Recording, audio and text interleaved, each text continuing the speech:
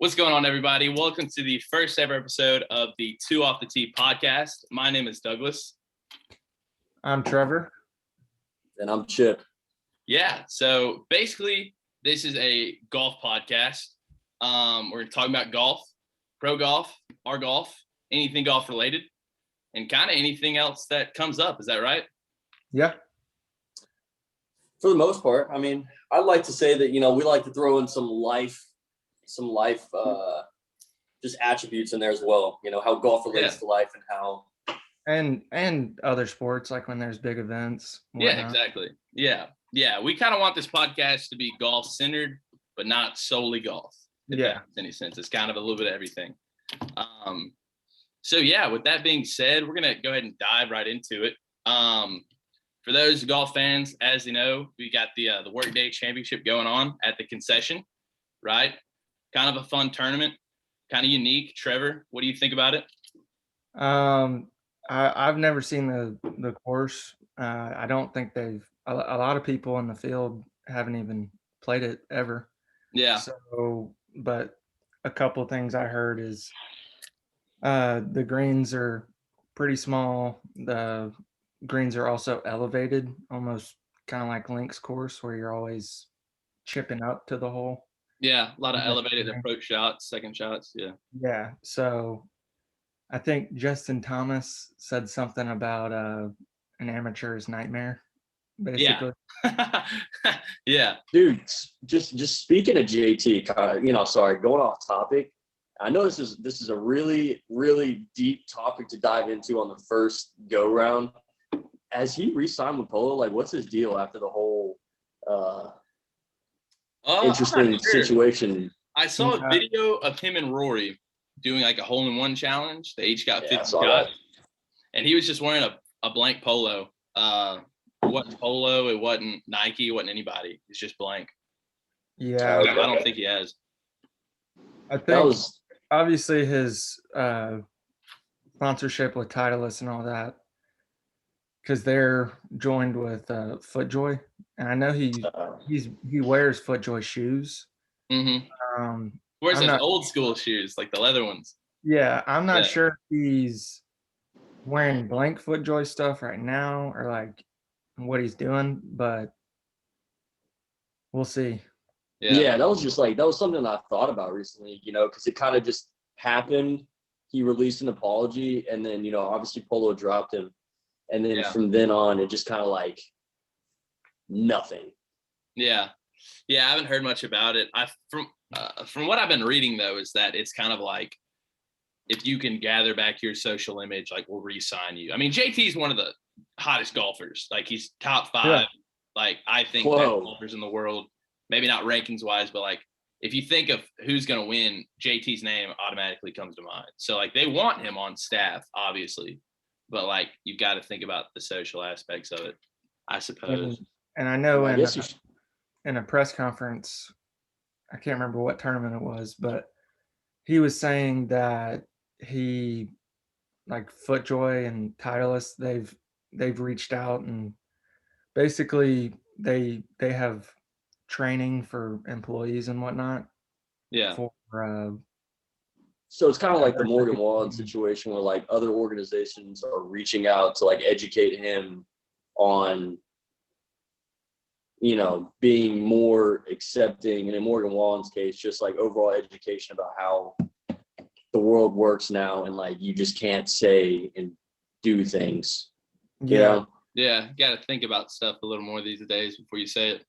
And I think nobody is going to be like hot to press and like ready to sign him just solely based on that.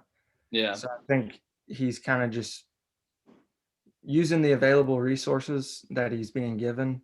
Yeah. And continuing to at least try and grow from this. Yeah. Yeah, he's not a bad golfer. He's not a bad guy. Just we'll see what happens. Yeah, just unfortunate. So the WGC, as Trevor said, Trevor, for those who don't know, is a collegiate golfer. And so he knows a good bit about what he's talking about. And this course is playing fairly tough for some, fairly easily for others. Kind of just depends on the day you're having. Top 5 is Webb Simpson, Matthew Fitzpatrick, Brooks Koepka in there. That's a big name. Billy Horschel, big name. Sergio Garcia. And on the outside looking in, one of my favorite golfers, Kevin Kisner. Yep. The Kiz, man. Kiz is right there at 5 under. The leader's at 6 under. I mean, you look at the top 20. I mean, obviously, I think it's 46 of the top 50 players in the world. Yeah. Play the tournament. Yeah. So it's no surprise that some of these guys there's not a lot of gapping from like the leader who's 6 under, and then you go down. Then you got, speaking of Justin Thomas, he's 2 under, that's top 1 20. over 44th. It's 7 shots is not that many when you've got 3 rounds of golf left to be played. There's a lot bigger gaps at a lot of other tournaments. Yeah, when you have guys like, Billy, that he's going to drop. He can't play golf 3 days in a row. Me personally, I don't think that Brooks Koepka is going to be up there after tomorrow. I think he's going to fall really hard. You don't like Brooks? Don't like the way it's not that I don't like Brooks. I think Brooks is a good golfer. I just don't think that he has a winning mentality. He doesn't have that killer instinct. I think it's second. It's kind of like Rory.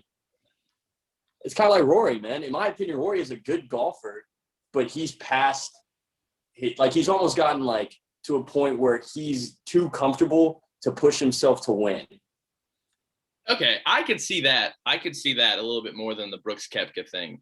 I think it's more like a plateau kind of thing. Yeah, I don't want to throw a year out there that's not correct, but I want to say Rory hasn't won since what, 2018? No, I'm sorry, 2019, right? 2019? Because he was on fire. He was on fire right before COVID happened. COVID happened during the first round of 2020. Yeah, and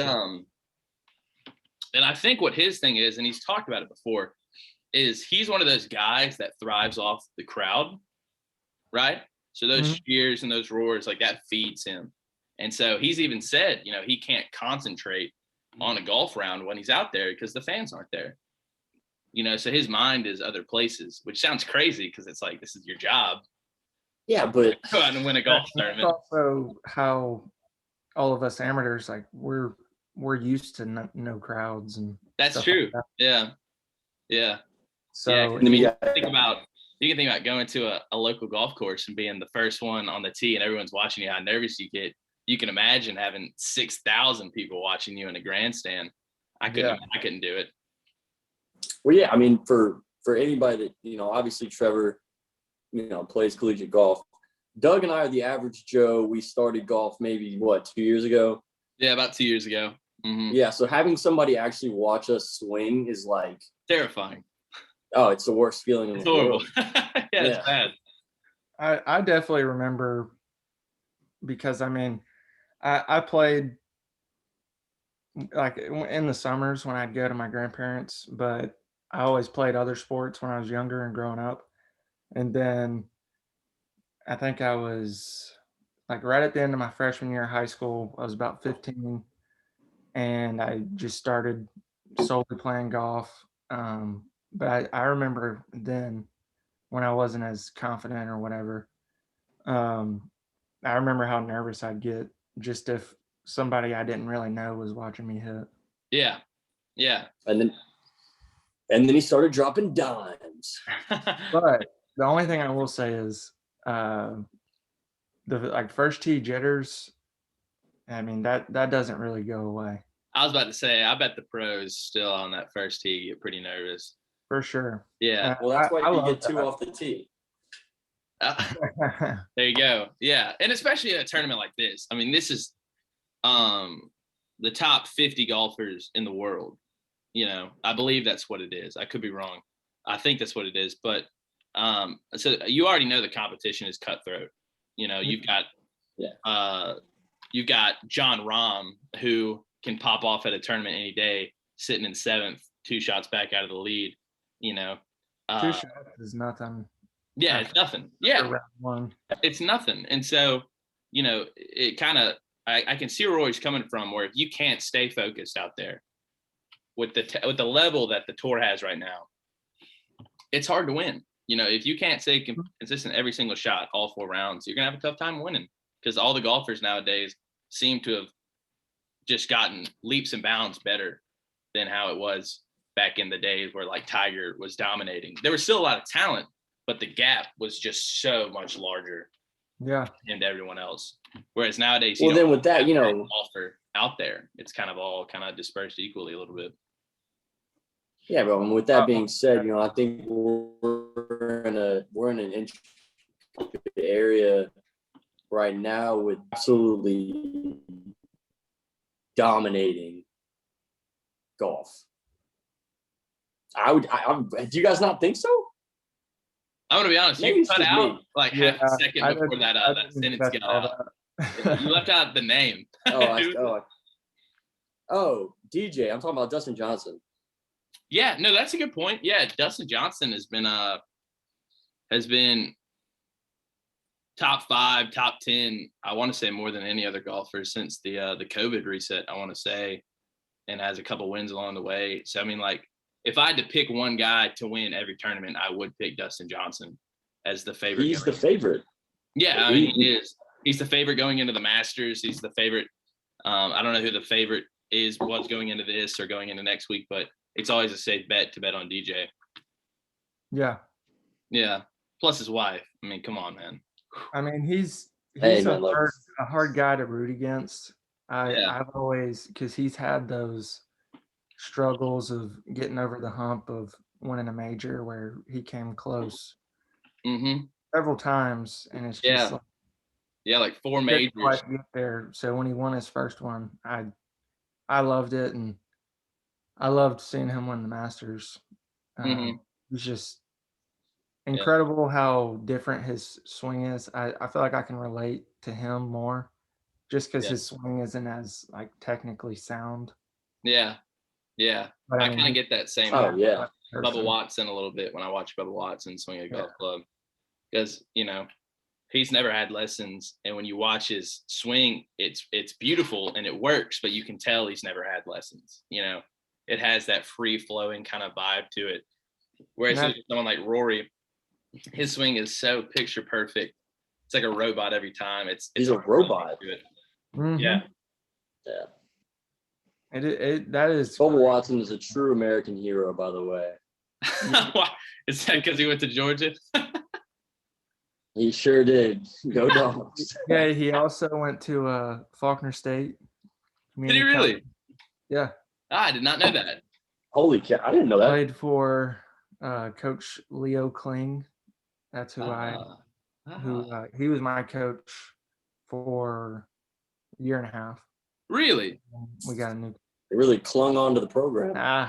Good one. Did you have any Bubba Watson stories?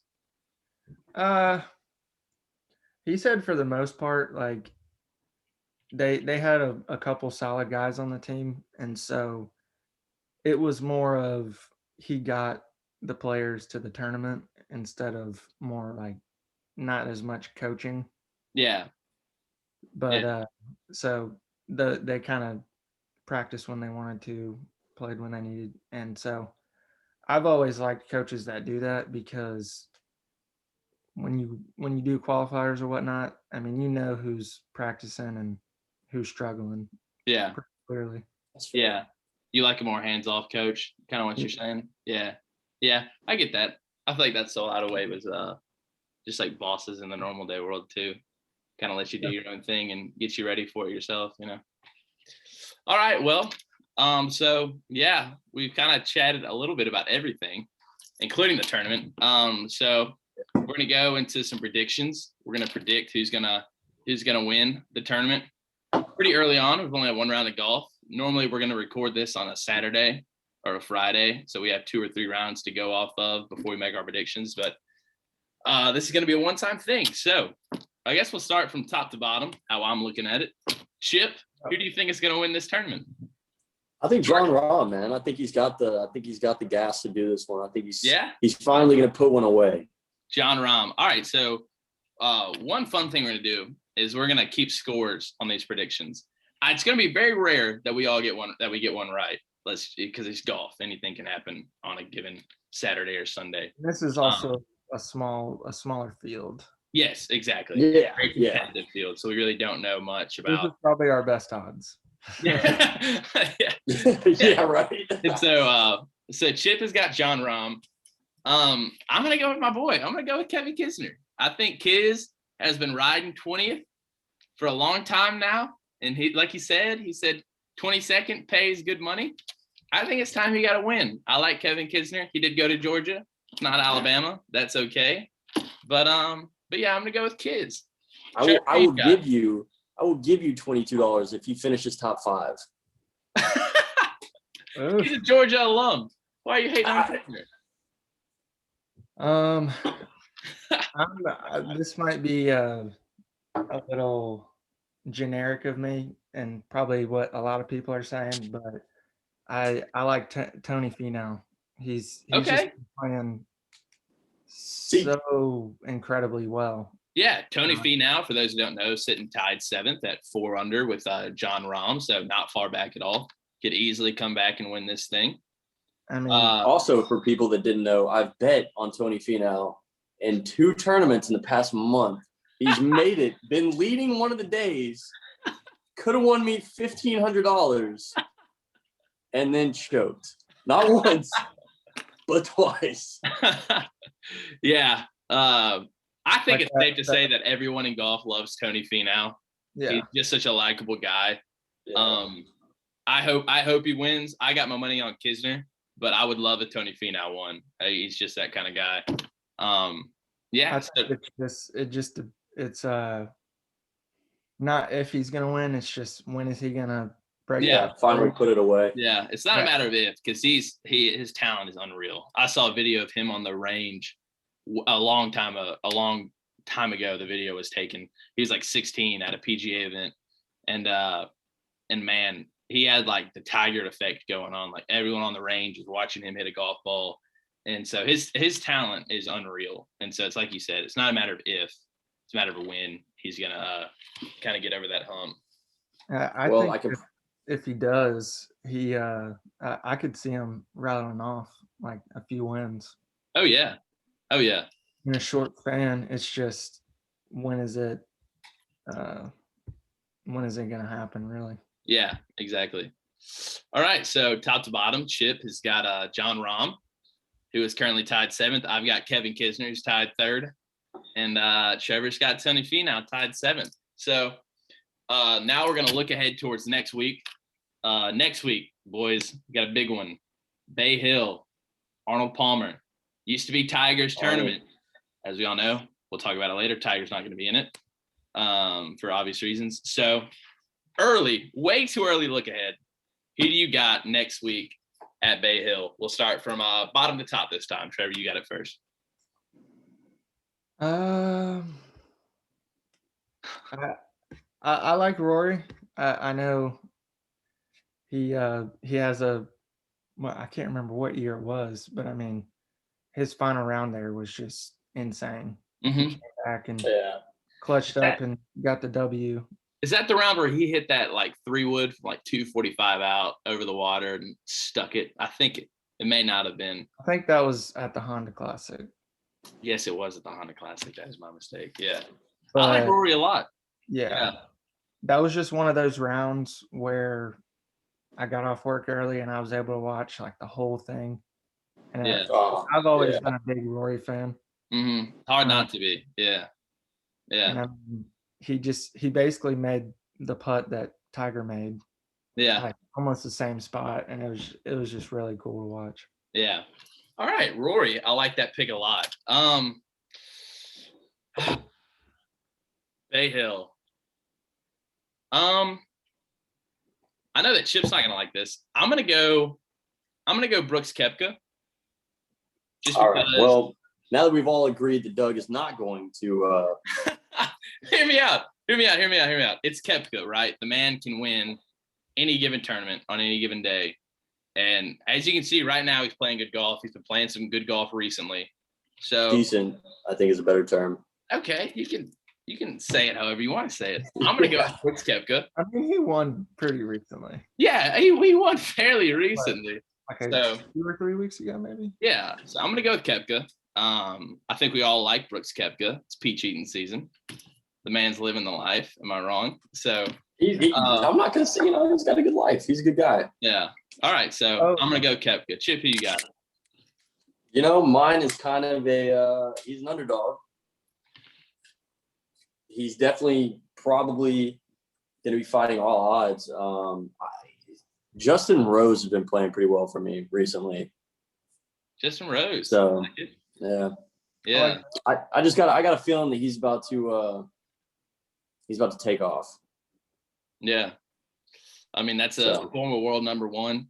Kind of a guy that's always in it, seems like every now and then. So not a bad guess, not a bad prediction. That's not a guess. It's an educated guess. All right. All right. So I may or may not have money on him as well. So. Oh, okay. So there we go. Biased. All right. So rewinding here, Trevor's got Rory. I've got Brooks Koepka, and Chip has got Justin Rose going into next week at Bay Hill. Are we gonna do a way too early Masters prediction that we do every single week? If things change, are we trying to do that? Yeah, that's fine. Okay. Yeah, I'm fine. All right. I guess I'll start it off since both of you guys have started. Yeah. And I'm gonna be incredibly, I guess sort of basic about it. I'm gonna bet Rory. I'm gonna bet Rory, just because I think he's due at the Masters. And we all know the saying that you have to be able to hit a draw to win the Masters. That was clearly proven not true by Dustin Johnson as he obliterated that course. But that was during the spring. Or I'm sorry, that was during COVID Masters. Yeah, that was during the fall. Course was playing, I think, a lot easier than how it would be at any other given time. So I'm gonna go with Rory. I think he's due. And it's Rory, man. It's hard to bet against him. Trevor, who you got? I mean, I'm gonna have to go Tony Finau again. Really? He's been in contention. Yeah, you're not wrong. I know he was last year. The Tiger year, he was right there in it. 19. And then was 18 the year when he dislocated his ankle and all that. Oh, after the hole-in-one? Three contest. Yep. Yeah. Mm-hmm. Well, I think so. I mean, with a bad ankle, he still was in contention on Sunday. So yeah, just with how solid he's been playing, I mean, I like his odds. Yeah.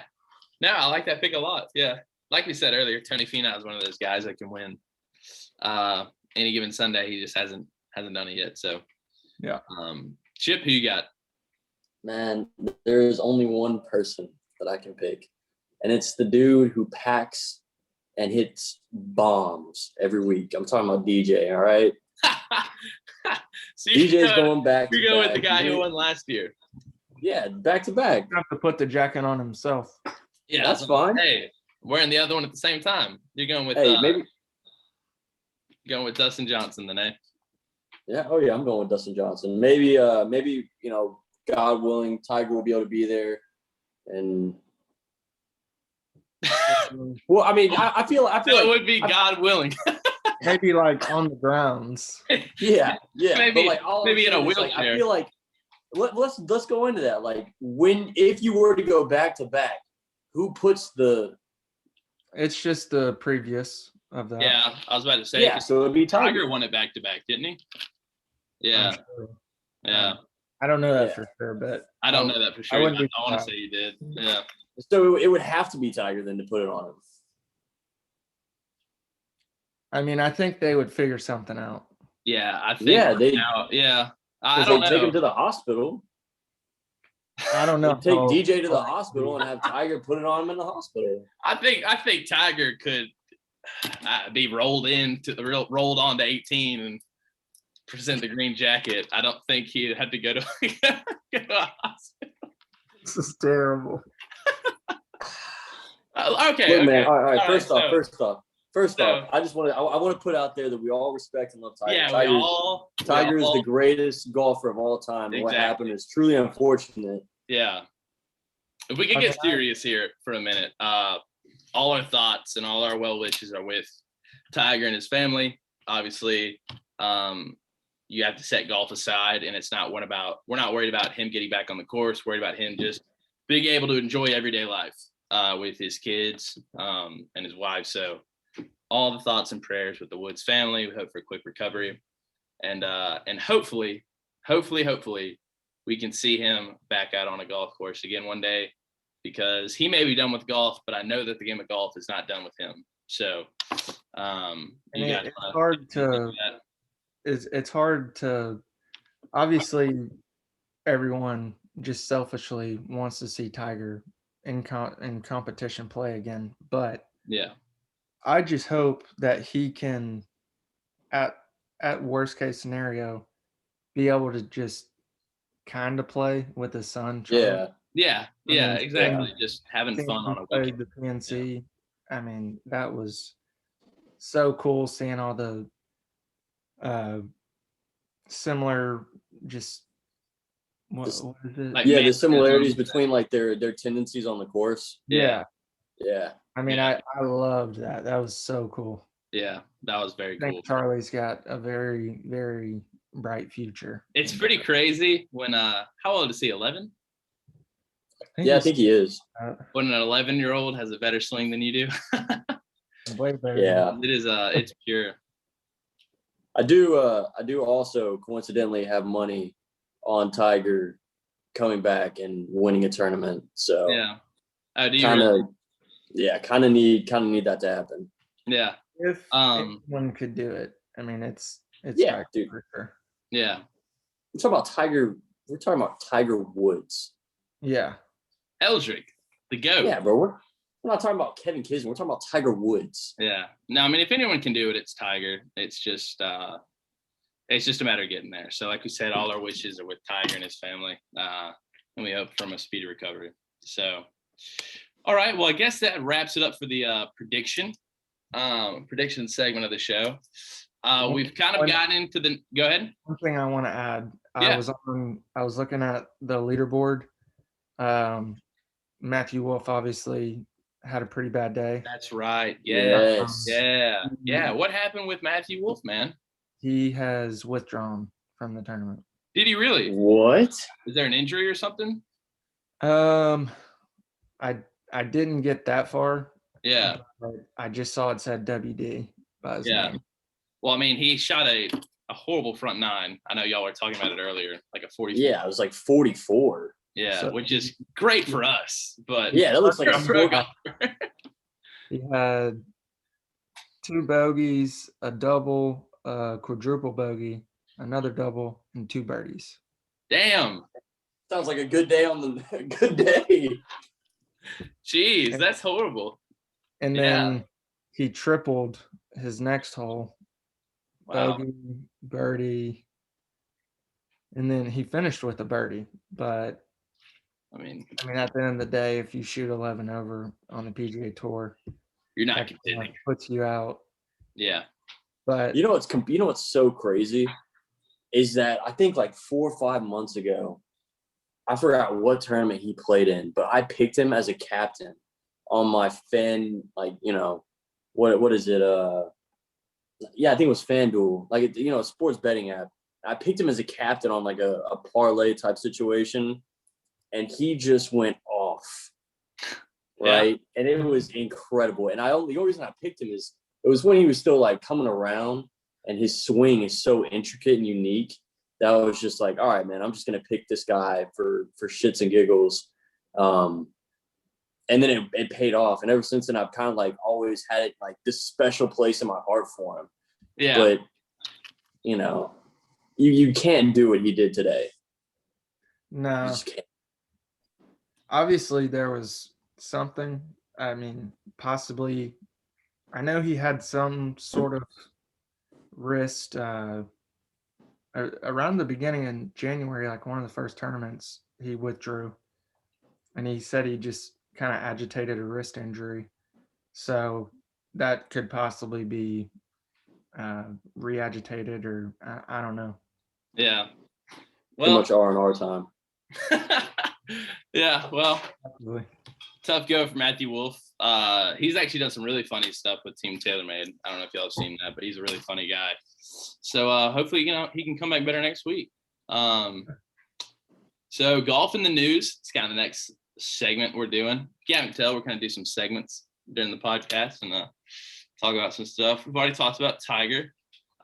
Trevor, I know you wanted to talk about kind of the distance argument debate going on right now. I know it's pretty heavy in the golfing world. Why don't you give us, as a collegiate golfer, your thoughts on it?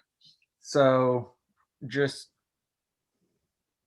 obviously Bryson has transformed his body, and just real quick, he's 5 over, so he kind of had a rough day today. Oh yeah. Thank God. But in terms of like, if I think distance is becoming a problem, I don't think it is, because I think Matthew Fitzpatrick was saying that it doesn't take talent to hit the ball far or something. Yeah. I mean, Bryson he's given up so much to commit to his training and his pursuit to see how far he can hit the ball. Yeah. How fast he can get his club head speed, how fast he can get his ball speed. I mean, I can't even imagine seeing a 200-mile-an-hour ball speed, and he's hit it, I think, 204. Yeah. I think he's hit it even Holy shit. faster than that. Yeah. Yeah. And Isn't that pretty crazy? For me to get 170 is like solid. Yeah.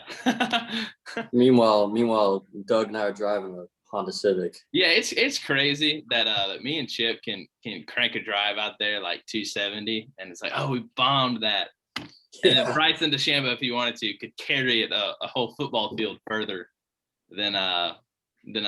It's insane. I don't think it's an issue either.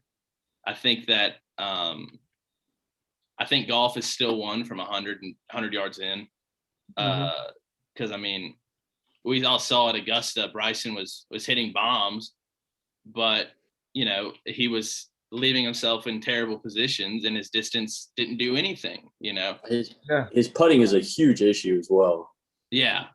I think he was also think about his putting stroke. He was also like all the commentators were pretty much saying it looked like he was trying something a little different, and I think it's hard to translate to the golf course. I think that opens up another kind of interesting can of worms that us amateurs deal with a lot, and it's can you tweak your swing too much? Can you constantly be trying to change stuff, and you're kind of just changing stuff just to change stuff? Because if you look at Bryson, and when he warms up, he's hitting 5 different drivers, he's hitting different shaft configurations, and we're talking 30 minutes before a tournament. Okay, but you also have to think about this is from another like interesting point of view. Bryson doesn't see golf as anything more than a science.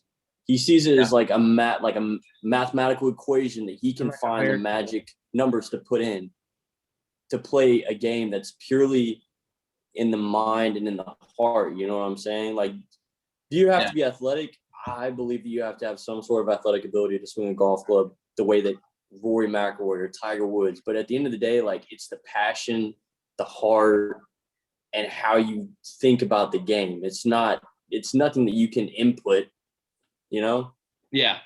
Yeah. No, I agree with that. I think if you look at the guys that win, like DJ is the best example. DJ is just such a pure athlete. I mean, it's unbelievable. Even his swing is perfect. That's why Tiger dominated so long in his early days. The dude was just like the first ever like athlete to play golf. He made it cool to play golf and cool to work out. Yeah. I feel bad about what I said now about wheeling him out on you really should. I wasn't like was But, taken aback by that. But yeah, but Asshole. but yeah, no, I mean, if you're not an athlete, I mean, it's hard to contend, and you have to be athletic to hit the ball far. But just because you can hit a ball far doesn't mean that you can win golf tournaments. Like it's like you said, Chip, you got to have determination. Trevor, like you said, like you still got to have great short game technique and everything like that, putting, all this stuff. I mean, golf isn't hit a ball far and win a tournament, so I don't think distance is much of a problem either. And like, obviously you don't have to get jacked like Bryson, but I mean, Yeah. JT is an extremely good example. Obviously his swing is not as normal as I mean, it's a little steep, but I mean, he works out, but he's not.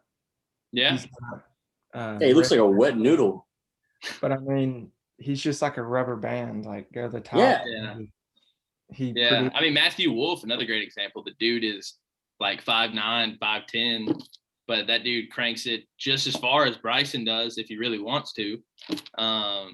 Obviously not, And it's all about efficiency. Like they're just maximizing their efficiency without trying to transform their bodies. Yeah. And if distance was really that big of an issue, obviously we'd see Bryson at the top of a lot more tournaments than we have. There was a little bit of I would call it a blip, at the beginning or like towards the end of last year.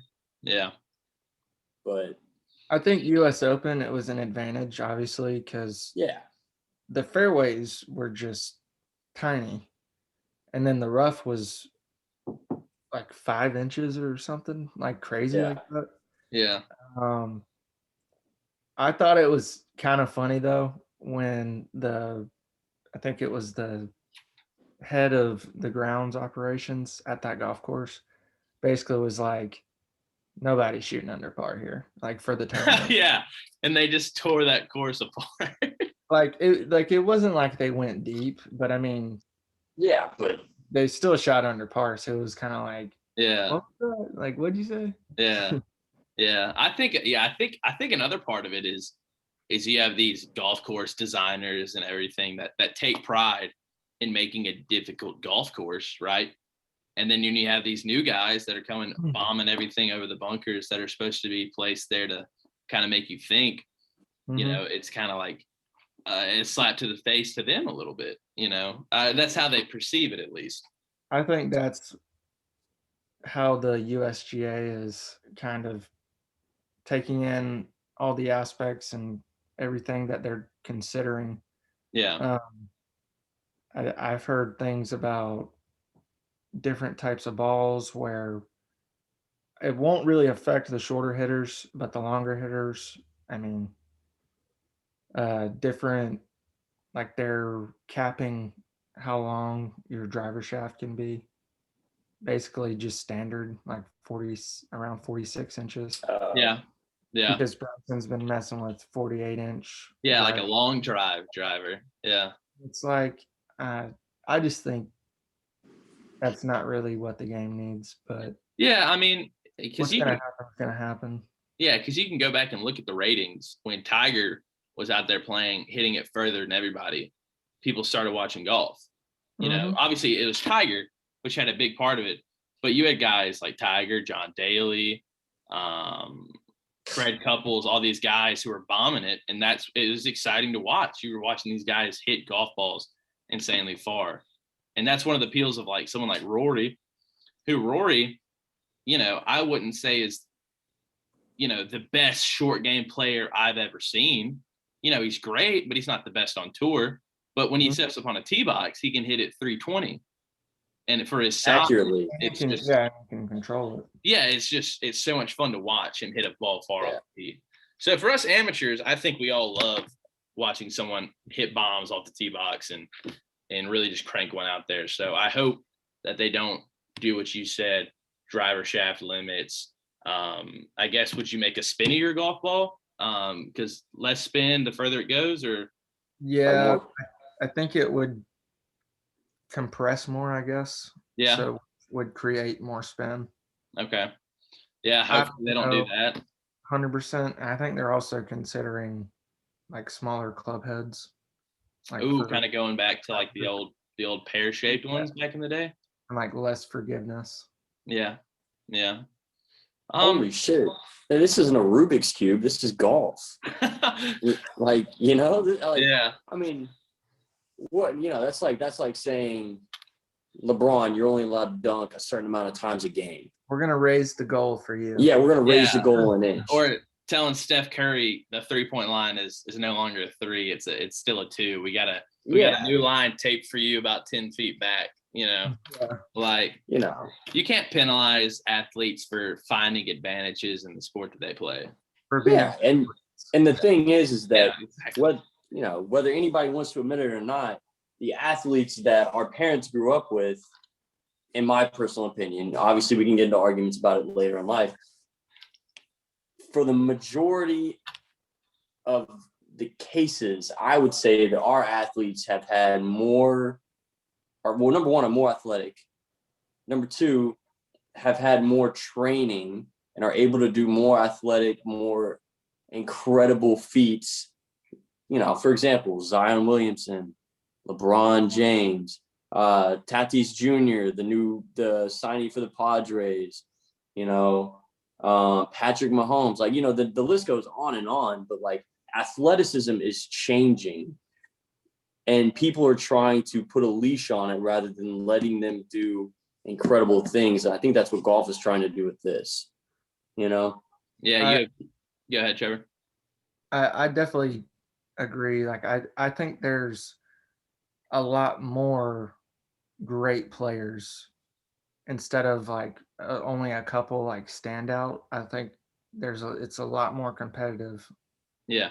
And there's a lot more chance for greatness for more than just a few people in each sport. Yeah, exactly. Yeah. We'll wrap this segment up. And I agree with you. I think kids are getting more athletic as they're starting training younger.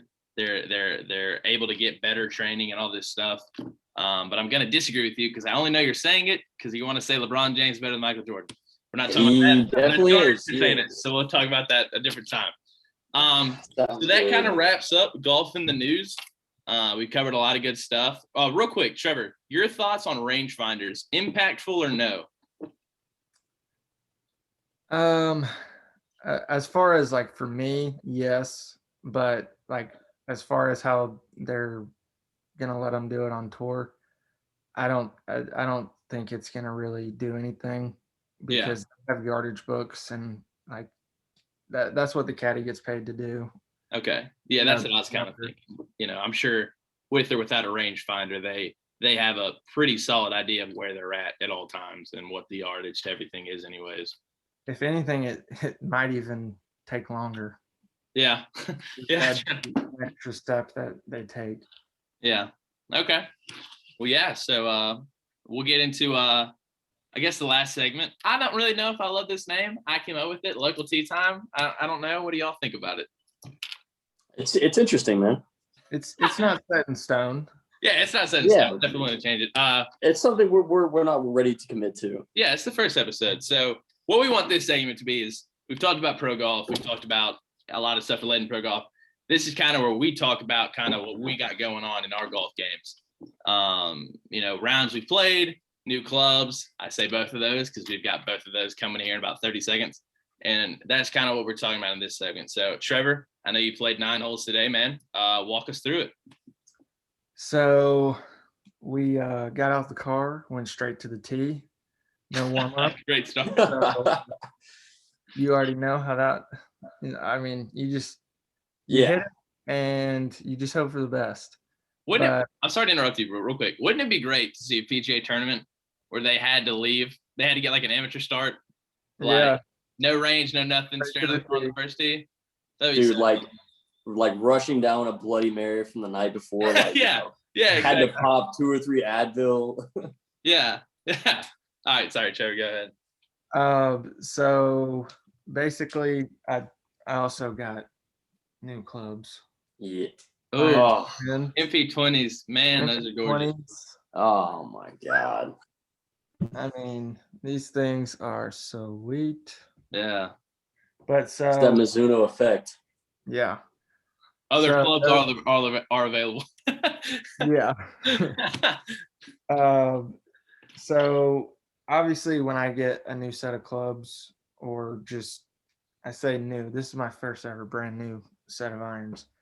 But whenever I switch, there's kind of like a break-in period to get used to them.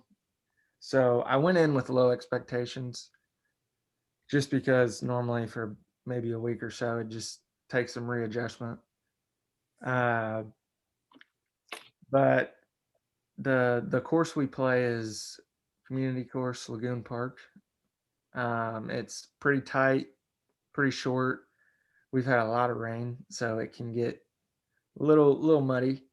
But basically, smoked one off the first tee, hit on the green, two putt, really good two putt. It was like Ooh. side hill, downhill. We'll take that. Hell yeah. Wait. So wait. This was also in Montgomery, wasn't it? Mm-hmm. Okay. All right. Just checking. Yeah, it's the municipal course that's basically like a few minutes from campus. And Okay. then I just kind of fought this little like block shot off the tee. So I didn't hit a ton of fairways, and I didn't get to hit a lot of the irons out of the fairway. I was hitting a lot Damn. of punch shots. But Damn. so I mean I scored well though. I made a lot of pars. I was in the bunkers too many times. I think I was in the bunker 3 or 4 times, and I got up and down every time but once. So I was pretty happy with That's that. pretty damn good though. I think I shot, ended up like 1 over after 9 Yeah, holes. you'd have to pinch me because Yeah. I'd be dreaming. Yeah, the short game was pretty good today. Yeah. Well, you I said would assume so. Yeah. you said you didn't get to hit much of the iron. I'm sure you hit him at the range. What were you feeling with him? Well, I didn't. We just went. Yeah, they didn't go to the Yeah, range. They walked on. Yeah, my This Um, guy, dude. But I will say, I did catch one on the second par five. I hit 4 iron, Yeah. so that felt really good. Hit on the Yeah. green. Nice little two putt for birdie. Nice. Yeah. Nice. Well, Chip, you got anything going on golf wise in your neck of the woods down there? What can I say, man? Down here in South Florida, golf is bustling. All right. So pretty much what's happened, for everybody that doesn't know, we all went to school pretty close to each other when we were in college. My job took me to Fort Myers, Florida. So, it's February and it's 85 degrees outside. So yeah. I'm having to fight geriatrics to play golf. But I did get out to play with my roommate, who happened to also play college golf at the school that Doug and I went to. Who I also played high school. Yeah, small world, this podcast. Yeah, Trevor went to high school with them. Yeah. Yeah, yeah, right, small world. But so we went and played probably, I would say, the second toughest course I've ever played before. And it was a city Fort Myers, right? And it wasn't that long. I want to say it was 67 from the tips, if you can call them that, from that length.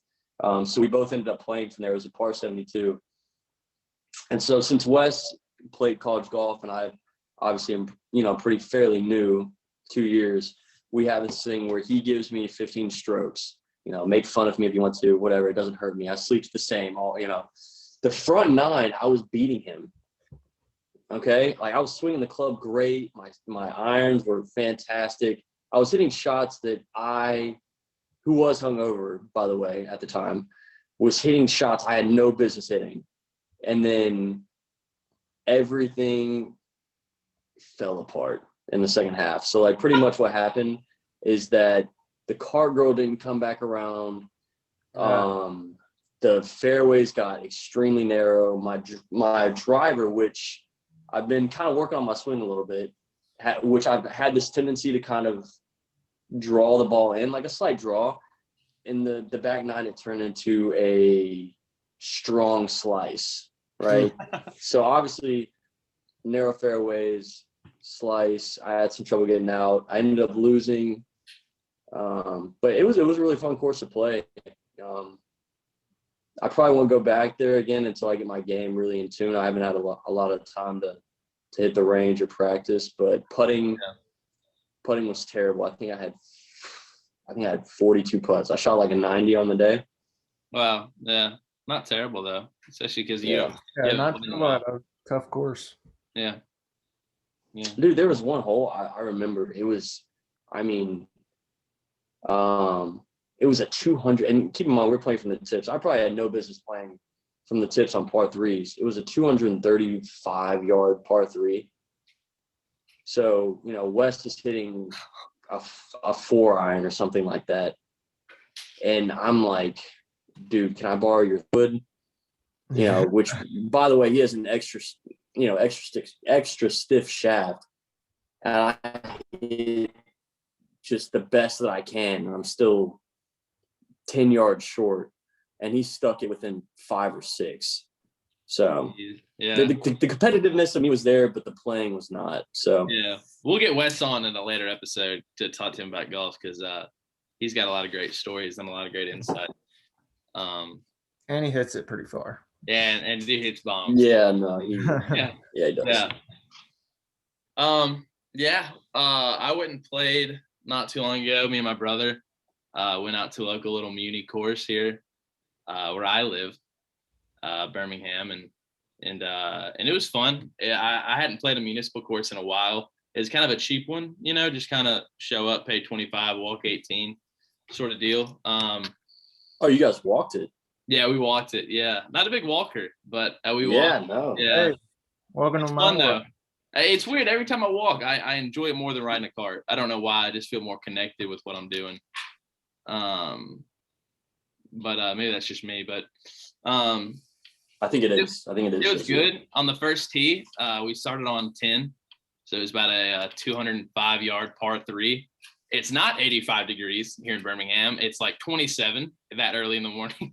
and so I proceeded to shank my 4-iron about 3 times, start the round off. And then I finally hit one to the bunker right off the edge and luckily got up and down. And he was kind enough to give me that par. Because we weren't able to hit the range. So nice of him. But all in all, I hadn't played in about I played with you, Trevor, before, probably about a month before that. I hadn't played in about a month. And I think I finished about an 81 or 82. So not pretty good for me. Yeah. But it was pretty short course, pretty wide open. So it was kind of hard you could slap it around and still put together something pretty good. But next week, I'm going to go get fitted for some irons because I'm playing with some irons from like 2011 right now. And I think it's time to get something new. I only have one dilemma though. So the PGA Superstore does free fittings, right? And everyone I've don't talked go to the to, PGA. Don't do that. Okay, so here's the deal. So me and Chip and Trevor all used to work at golf courses. Me and Trevor still do work at those golf courses, 2 different ones, but same company. So we talk to our head pros a lot, and he was like, "You need to go to PGA Superstore. They do free fittings. Just walk in and do it." Am I wrong to think that I would feel like a douche if I walked in, had this dude fit me, and then just said thanks and left? Am I wrong in thinking that? I've gotten fit for. All right, well, it's kind of a catch-22. So Wes was getting a new 3-wood. He got the new sim. By the way, the guy that was there absolutely was like talking trash about, yeah, these young kids come in here and there's, their club head speed and all this stuff. It's like all the way up here and they get up there and they can't even hit the ball. And then Wes goes, okay, well, my club head speed and like all this stuff is above what you just mentioned. And then he followed through with it. Yeah. And was like hitting his 3-wood 280 yards on the simulator. So the guy is already like, oh my God, he's the new young golf Jesus. And then they're like, hey man, you want to get fitted for a club? And I was like, yeah, sure. Let me try out a 3-wood. You know, I really liked the Ping G420s when they came out. I proceeded to top like 10 straight shots. Just straight top. Like can't go more than 20 yards. Yeah. And the guy tries to spend the next 40 minutes trying to like fit me for a 3-wood. And finally I'm just like, dude, I'm not buying a 3-wood. I can't hit a 3-wood. But you know, he still made a sale because Wes bought that sim. So I don't think it's necessarily a douche move. Yeah. I was straight up with my boss, like, because he did my fitting at our course. Yeah. I just told him like, I'm gonna see where I can get a better deal, whether it's through school or through work. Oh, yeah. And he was just like, yeah, I mean, if you don't order through me, like that's cool. No feelings.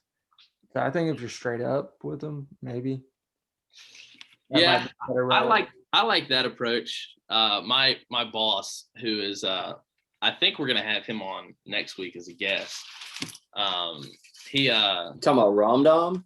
Talking about Ramdam, PGA Pro, man. Ramdam. Yeah, so next week we're having a PGA Pro on the show. It's pretty exciting. But yeah, he was like, he called me because I was stressing so hard about it. He called me, he was like, listen, man, what you need to do is you need to go in there and say you're in the market, hit some stuff, leave, come order through the shop. And I was like, all right, if he says it's cool, it's cool. So yeah, long story short, I'm going to get fitted for some irons next weekend.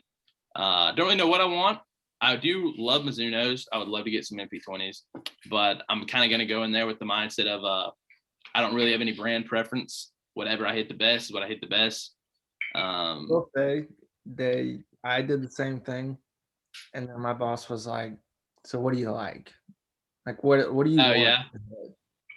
Of course, I mean, I already knew I preferred Mizuno out of the options that they had. Yeah. Okay, well then, I mean, yeah, if he's honest, I'll say, yeah, man, I like Mizunos. My first clubs are Mizunos. I play Callaways now. I like those. So we'll see. Could end up with something good. My worst fear, biggest fear, is this dude hands me some thick ass golf club. He's like, you need to be playing these. That'd be a bit of a slap in the face. Nah. I hate that. No, he won't do that. A bigger grip? What now? No, like a fat club head. No, like a fat ass cavity back club. Yeah. Nah. Yeah. That's my fear. But yeah, so I hope that happens. That'd be so funny. Yes, I personally would laugh. I guess we'll have updates with that on the next show. So does anyone else got anything to add as far as their local golf and stuff before we wrap up the first episode? I think it's about to start raining in Montgomery for a few days. So is it? So you're gonna be out of the game for a hot minute. Ooh. Hopefully not. Hopefully it's just scattered showers, because I definitely want to hit my irons like a lot. Yeah. Is there a simulator anywhere in y'all's club that you could use? Yeah, we have one on campus. Basically it's just a net, and then it'll kind of tell us some of the numbers, and we can hook up to a TV, but there's not an adapter in there right now. Yeah. And my computer doesn't have like that port, so it's kind of no use for me. Oh, well then, yeah. Hopefully, hopefully. But worst case scenario, I'll definitely try and do that. Yeah. All right. Well then, I guess we should wrap it up. So that's the first episode Two Off the Tee podcast. Next week, like we said, we got PGA Pro Ram Dom, our favorite boss, coming on. Ram Dom. Hopefully sometime soon we're going to start making some YouTube videos to go with the podcast. We've got a series planned in partnership with Ross Bridge, the longest course in the country. I say in partnership, it's because I work there. It's basically our terrible swings. Yeah, you're going to see our swings. And it's basically, we're going to play the longest course in the country. We're going to do it hole by hole and see how it goes. Play it from the very back. Is it officially the longest? It is. There was a course in Florida, actually, I think, that closed down in about January. Because I know it was top 5 for sure. Yeah, it was 2 for a while. It's Wait, did you say country or world? country. Okay. Well, It's like it's 3rd or 4th in the world. Yeah. Yeah. It So, was yeah. Pretty when I crazy, worked. thanks. Yeah, when I worked there, it was 2. Mm-hmm. Yeah, it was It 2 was for a 2 while. and 4 when I worked there. Yeah. So yeah, we're gonna play that. We're gonna play it from the very back. I am not looking forward to it. It's gonna be really embarrassing. What'd you say? Hopefully when the fairways are dry. Yeah, and hopefully when it's not 20 degrees, so the ball doesn't go nowhere. Essentially, what he's saying is that we're gonna wait until they come out of hibernating, because meanwhile I'm down here. I'm playing golf this weekend actually at my neighborhood course, Old Hickory, and it's the highest supposed to be 89 and sunny. Hey, so crazy. It was 80 degrees here today. Yeah, it was hot up here Moving today. up. Yeah, it is. It's getting up there. yeah, but the problem is that y'all are just gonna keep going down. I'm just gonna keep going up. I don't know whose problem that is. Yeah. It can get too hot real quick. But yeah, guys, that's going to wrap it up for the first episode of the 2 Off the Tee podcast. Anyone got anything to add before we close it out? I think that's it. That's it. All right. Well, tune in next week. We got PGA Pro Dominic Diaz coming on the show. It's going to be a good one. We're going to talk to him about his experience in golf, his story, any tips he has for amateurs, and then kind of talk about Bay Hill and anything else golf related. So, yeah, I guess we'll end it right there, boys. All right. Sounds good, man. I'm gonna See y'all wheel next myself week. out of here. Peace.